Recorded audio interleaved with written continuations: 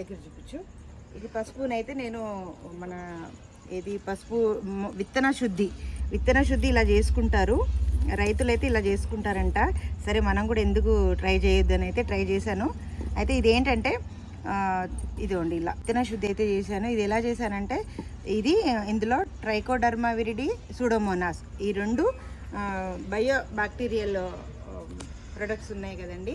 ఇవి ఇందులో వేసి ఒక 6 అవర్స్ అయితే ఇందులో పెట్టాను. దీనికి ఇలా కలిపేసి పెట్టాను. ఇప్పుడు దీన్ని మనము కుండీలలో పెట్టుకుందాము.